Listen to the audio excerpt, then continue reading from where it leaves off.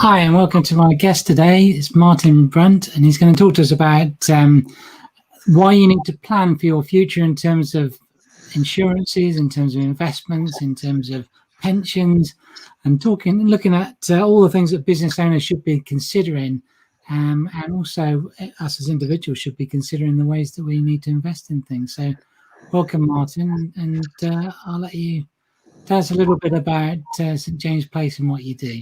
Okay. Hello, Stephen. Hello, listeners, viewers, and whichever guys you might be observing. So, my name is Martin Brunt. I'm joint business owner with Lester Brunt, and we're based in Wimborne. My business partner is Mike Lester, and we've been in business together for about 7 years. So it's been quite an interesting few years as we've seen our business grow and expand.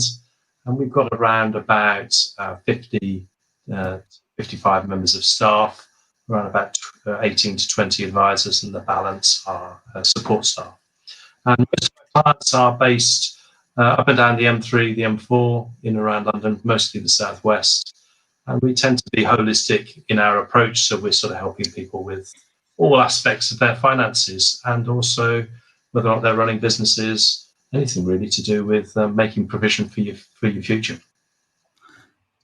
That's good.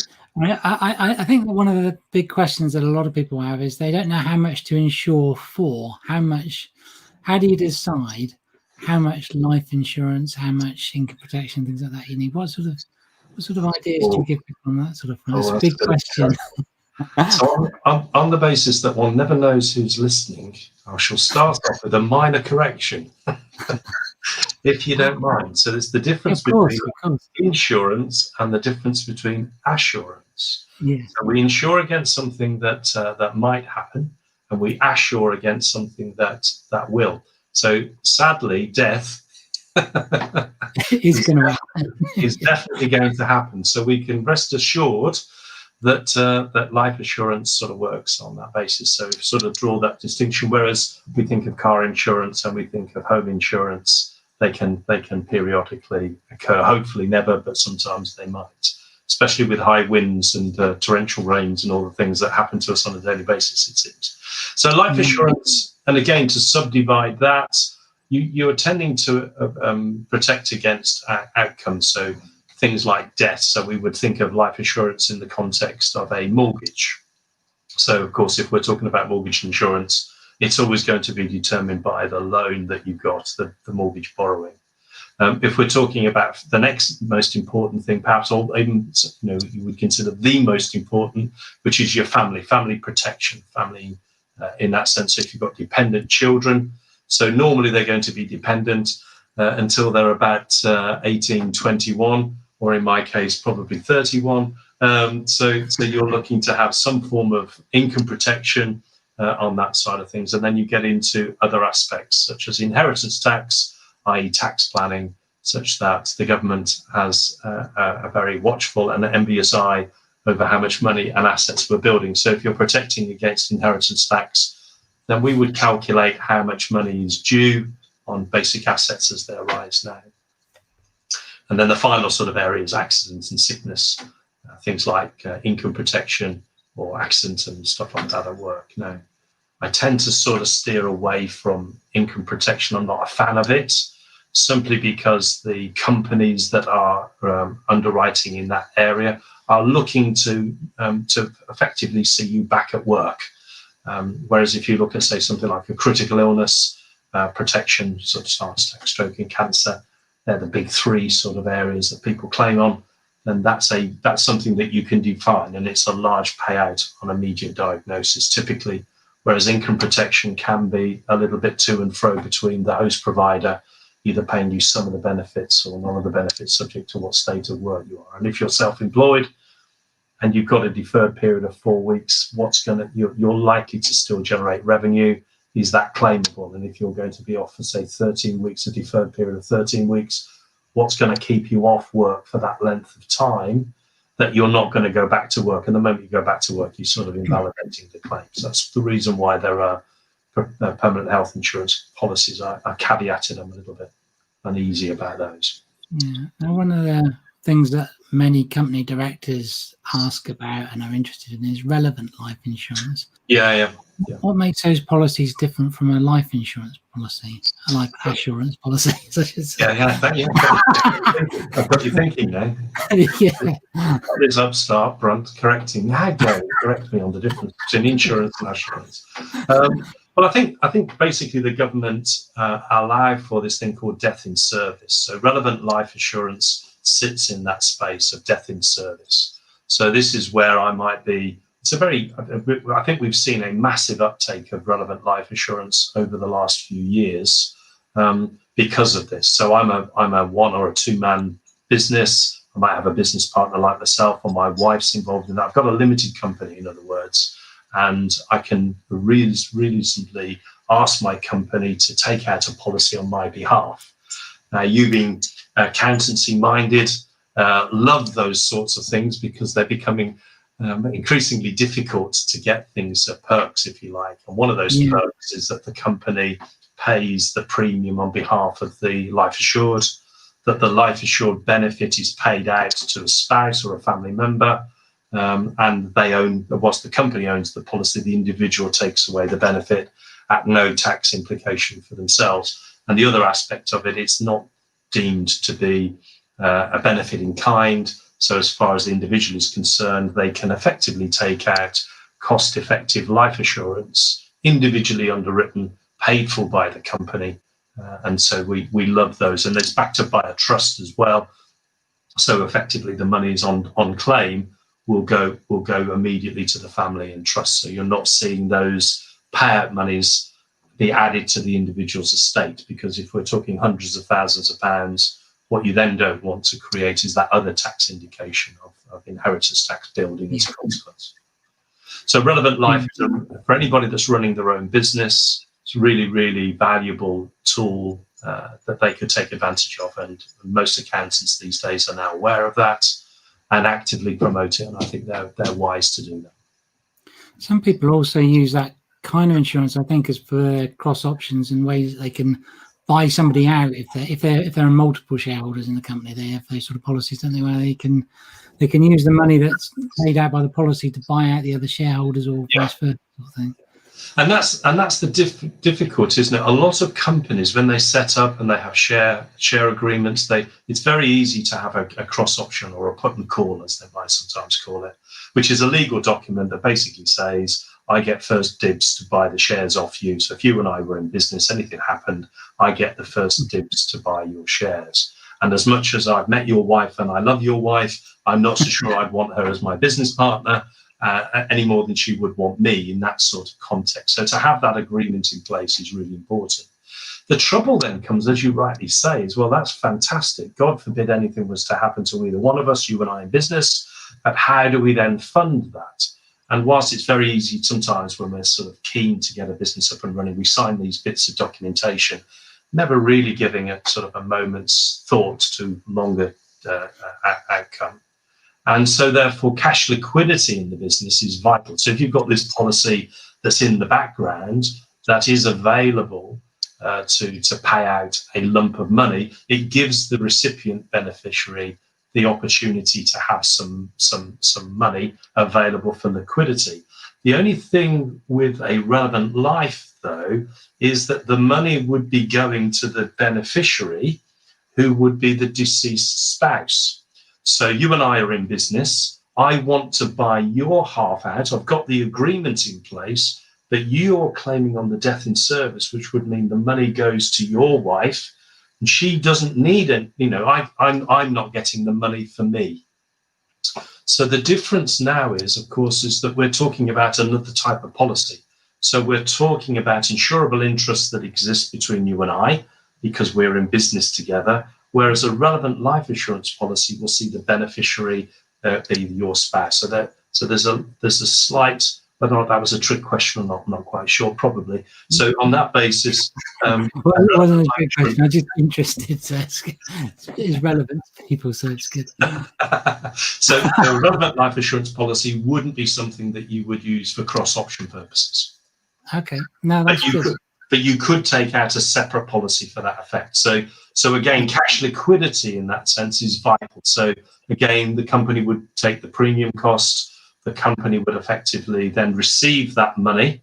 So the company receives the money in. It's now sitting there, and it can now make a decision about what to do with the shares. And then from an accountancy point, that's an ideal outcome, isn't it? We need to resolve the shareholding issue, and the company can actually better serve that outcome by using that money to buy the spouse's shares, because shares will pass to the spouse on death, and then the company then's got the money so that it can say, well, would you like the money for the shares? Oh, that's fantastic. Well explained, Martin. Very good. Hopefully, that's almost an answer that you could bank, I hope. But yeah, no, that's really good. That's really good. Now, the other day you were telling me that I think that you've got your own sort of auto enrollment style pension as well, haven't you? You've created, because most people have gone, I'll get Nest or I'll get something else sort of thing, but I know, and I think you said you've got your own version of that now. Yeah. So, funny enough, I took a call literally today, which was wonderful, because we all like new business opportunities, and so this is more about providing a service to the business owner, because morally, as business people, we employ staff, don't we? And we want the best for them. And so the government have now, finally woken up to the notion that unless you enforce and make people take out a pension, they don't queue up to buy one, because, there are lots of other things I can buy first, like a car or food. So it's those sorts of things. So the government has now put in place a scenario where there has to be provision for employees in the provision of pensions. And what we've seen, of course, is that bit of social engineering take place, and companies, owners have rather again taken on the burden of collecting tax for the tax man. We seem to be doing their job for them. Hopefully there's not anybody from HMRC listening, but that's just a personal view. But it feels like we're doing all of that. And of course, we've been asked now to effectively run pension schemes for our staff members.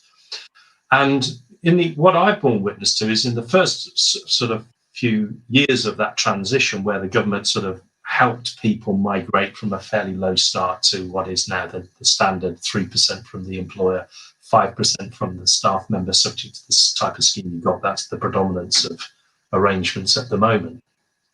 Is that the employers met their obligation, they're mildly frustrated by it, they've then gone to accountants, rightly so, and gone, you're doing my payroll, can you make the same deductions for pensions in that? And brilliantly, the software now is all hooked up to that, and it works perfectly, because payroll and deductions for pensions work synonymously. They're very, very effective. So if you've got an accurate payroll, and the fact that now the government now want their tax on a regular basis by the hour, by the second, it seems, then these systems are running smoothly in the background.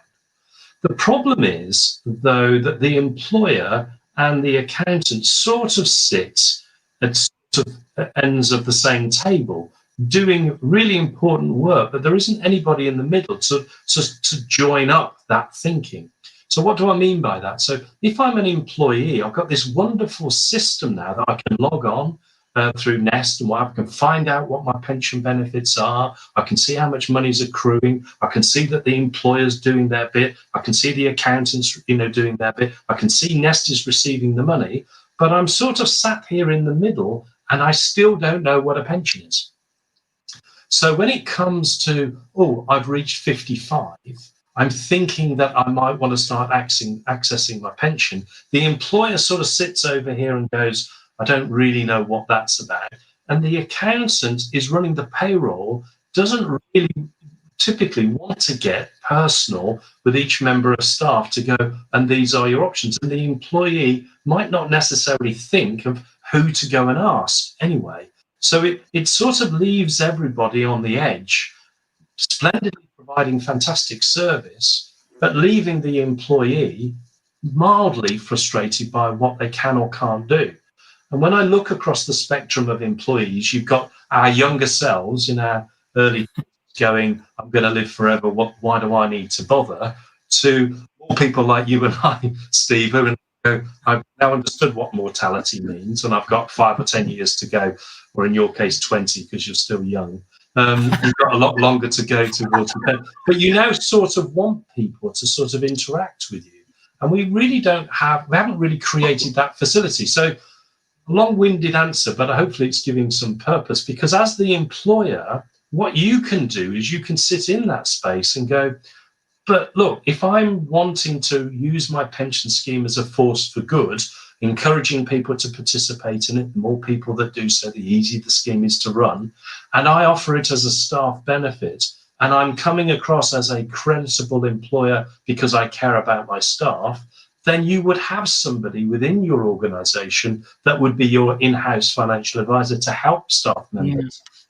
Then there's a role for us to play between the employer, you, the accountant and payroll, and as an advisor to go, look, we could be in-house, and now with this wonderful technology of being able to communicate with people without necessarily interfering in the workplace in the traditional way, we can start to reach out to people and go, do you know what, pensions are really useful, you can be using them, and we can interact with them. So today I literally had a call from a lady who said, I've got a 120-man scheme.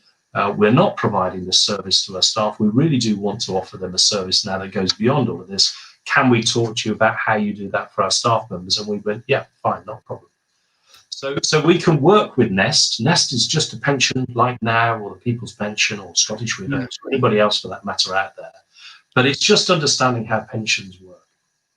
I think that's a good point, because I know as an accountant, and I know employers are the same. We're not allowed to talk to them about it, really. We can't encourage them, discourage them, or give them any guidance. and that's always difficult, because employers often say, well, I want to sort of tell them stuff, and we're stuck with, here's the standard piece of paper that says this is what we're going to do, and that's it, really. Yeah, no, totally. And you're absolutely right on that, because it's a really difficult situation, isn't it? So, if I will say, look, if I wanted a really good accountant, I'd come to you. If I wanted to work with an employer that were making whatever products or services they were offering, you would promote them. So we tend to do that in our business lives, don't we? We come across somebody that's really good, and we start making recommendations, because in effect what we're saying is we don't want to be doing that. And the government have made pensions such that they don't want any interference from the staff members, as far as the staff members are concerned. They want them to be free to make their own decisions. Yeah. Problem here is the moment the employer starts to try to wade in and answer these questions, which can be very technical, it's leaving them exposed to basically getting the wrong side of situations as far as the staff members are concerned. Most employers generally just want the problem to go away. Who can I give it to know that somebody's going to look after it? But what happens over time is that pensions become a reservoir for forgotten money. There's a real disconnect between socially people really connecting into their pension pots. So we know the price of our houses, we know how much money we've got in our bank account, and we know how much money we've got in our pocket on occasions, or even how much petrol you've got in your car. When you say to somebody, how much is in your pension scheme, you sort of draw a blank. But when you do the research, it tends to be their second biggest asset. So if you've been working for 30 or 40 or 50 years, the likelihood is you will have tens, if not hundreds of thousands of pounds stored up in these pensions, often or not spread to the five corners of the country, because you've got loads and loads of pensions built up all over the place. And therefore, you don't really feel connected to how they're going to work. And of course, the disadvantage now with the new arrangement is a lot of these schemes don't really lend themselves to transferring out. So you can find younger members of your staff almost collecting pensions along the way, a bit like stamps. So 1,000 here, 5,000 there, 300 there, 600 there. And I look at that going, crikey, to actually do a piece of work to try and bring all of that together is painful. It's painful for us in the professions. It must be absolutely frustrating as far as, because I've now got to log on to each one of those scheme providers to find out what's going on. Well, we don't lead our lives like that. We want an instant and an immediate solution. Yeah, no, that's really So I think there's a big opportunity there for employers to step into that space and be responsible, and rightly so. And of course, what I often say to employers, if you're paying your staff, not that you can have a conversation in the same sentence between pay and pensions, so that's all caveated, but if you wanted to retain your staff, pensions, paying your staff slightly above average on pensions is a great way to keep your staff members, and it's incredibly tax efficient as far as the employer is concerned, because you're effectively not providing for national insurance, and it makes payroll a little bit easier. But if you want to reward people, there's nothing that says that the employer can't pay a little bit more towards pension. Now, of course, if that's seen in the overall benefits package, maybe that's more towards pension and less towards pay increases. But as I said, there's got to be a distinction between those, because there's not a bartering system there. But it is a case to sort of influence that outcome, perhaps. And of course, then the final thing is, with salary sacrifice now becoming much more prevalent as people want to get below the tax thresholds of either 50,000 for higher rates, or if they start to see themselves being paid more than 100,000, they'll see their personal allowance reduce £1 for every two. So the moment you start to put more into pensions beyond 100,000, it's actually a 60% benefit, tax benefit, in the hands of the individual. And pensions are still the most tax efficient form of saving. The problem for the employer is that when employees start to go, we want to go salary sacrifice, employers sort of throw their hands up in the air again, because they don't really understand what salary sacrifice is. And again, if you're running the payroll, it can be a little bit of a chore if people are chopping and changing in and out of salary sacrifices because of the administration. So again, if you've got that clarity and that approach that engages staff so that we can sit in between there, we act as a buffer, and then you get a smoother transition in terms of the employer being happy with a well-run scheme, the employee happy that they've got somebody to talk to, and payroll running systematically and easily every month, as it typically will do when everybody's engaged, rather than some people opting in, some people opting out, and going backwards and forwards. That's really helpful. As a business owner and knowing other business owners, many business owners get themselves special source of pensions called SASs and SIPs. Yes. How do you feel about those sort of pensions? What do you do on those sort of things? Well, on one part, I absolutely love them, and then I absolutely hate them in equal measure. The way I liken a SIP and a SAS is a bit like your TV remote control, which often is lost between the cushions in your sofa. In the sense that there's a lot of gadgets on your remote control. If there's anything like mine, I've got 6 of them or so. I've got several.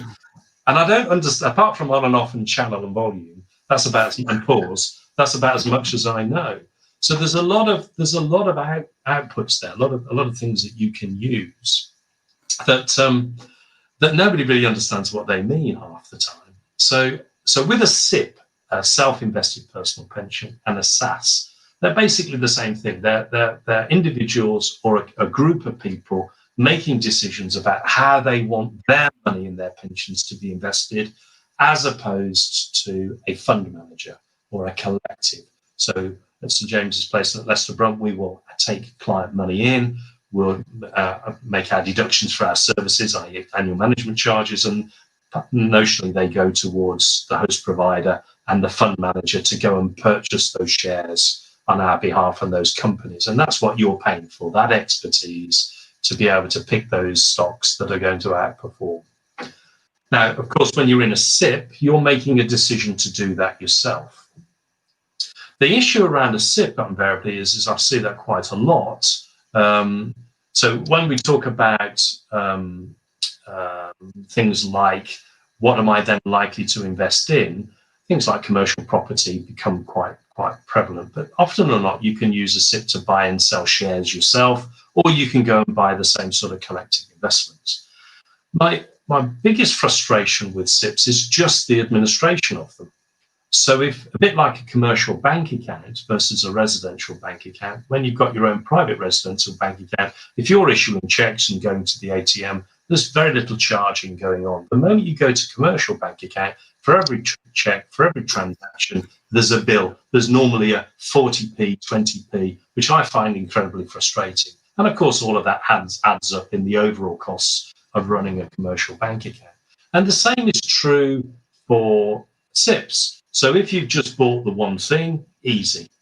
If you're buying and selling lots of things and transacting through it. Painful, because the SIP provider isn't what I would call retail focused. They're sort of in the background, responsible as trustees to rubber stamp things. It's just that they take their own sweet time to respond to a telephone call or an email, or in our case, because I run my own SIP, getting the property revalued. Well, we've been waiting 12 years to get into 12 months to having got the property valued to actually do some sort of form of refinancing on the commercial aspect of it. Now, that valuation only lasts 6 months. So now we've got the banking sorted out to refinance on the SIP. We've got to go and get another valuation again. And that takes forever. So my biggest frustration with these things is just the administration, which most people don't take into account. They're a pension like anything else, incredibly tax efficient and incredibly useful. So you've just got to offset that again and be eyes wide open in terms of what you can and what you can't do. No, I can agree with that frustration, because I've got some commercial properties in mine, and it just seems to take ages to get things done. I don't know why. Well, because they need to sign off on everything. So in our case, we're having to give you an example. So we're having an extension to our boardroom. It's about an £80,000 expenditure, but so we own the building is owned by the SIP, and myself and my business partner own the SIP. So it's perfect. As a mathematical outcome, it means that our rent, which is let's say that's £40,000, goes into the pension as a rent, in the form of its own investment return, if you think. But we also get the opportunity to throw £40,000 each into pensions. So the moment you start to see rent and your pension contributions, you are expanding massively the amount of money that you can put into a pension if you've got a low starting point. If you're already above the lifetime allowance, you've got to be really very, very careful about that. On that side of things, perfect. On the other side of it, we now want to do an extension. So Mike and I might go, Hans, oh, that's a great idea. We'll put some windows over there and we'll do this with, oh, no, you can't do that. What you've now got to do is you've got to get the builder to provide all of the plans. You've got to fill in all the forms, because you have to go through the SIP to ask permission to build your own building. And they don't see it any different. And if this is correct, as it should be, because they go, look, we're holding this asset in a pension fund. We have to report to HMRC that it is what it is. So you will ask our permission, do as you're told. Okay. When it comes then to the work, the builder comes to us and goes, can I have my money for the work that we've done, because we want to be paid as we go along? No, you can't talk to me about that. What you need to do now is you need to go to the trustees of the SIP and they'll pay you, which could take weeks. So whilst he might have on his invoice a 10 or a 20 or a 30-day notice period, it's not going to happen. He'll get paid when the trustees pay him, and he'll have to wait in the meantime. So that's a very good example of what I mean when you go, right, okay. And the other thing that a lot of people can fall foul of is they would go, well, I'll just spend the money then, Martin. I'll spend my own money on the property. And I go, you can't do that, because now that's you effectively putting more money into a pension scheme that you're not allowed to do. The only person that can spend that money is the pension fund, not you. And most people, a bit like that, go, I didn't understand any of what you just said. I'm sure that didn't apply to me. And it blooming well does. In the same way as a lot of people don't understand they've got to do capital gains tax returns. How they do. It now gets reported by accountants and solicitors that have to report if there's been a chargeable event. Whereas in the past, most people didn't bother. Now they do have to bother. And the problem with SIPs and SASs is it gets quite complicated. So hopefully I haven't put anybody off. They are absolute things that you should be doing. I also see a lot of people get lazy around SIPs and SASs. In other words, they set them up. They're persuaded by the charges. They're persuaded by this is what we need to be doing. And then you meet them several weeks later and you go, so how's that working out for you? And they're not interacting with their pensions anywhere near as much as they might. And they've bought themselves this wonderful outcome and they're just not using it. So I'll go back to your TV remote. When you actually look at how many of the buttons you use on the blooming thing, it's a fraction of the buttons that you can use. So you've just got to be very, very careful about choosing SIPs and SASs where it seems like a good idea, but you can get into all sorts of bother. No, I agree with that. That's great advice. And I think that will do for today. And I really appreciate you coming on and speaking to us. Real pleasure. Thanks very much, Martin. It's been great having you with us and talking about insurance, pensions, and SIPs and SASs. Fantastic. And assurance. And assurance and insurance. Yes, great. Thank you, Steve. Okay, thanks. Bye-bye.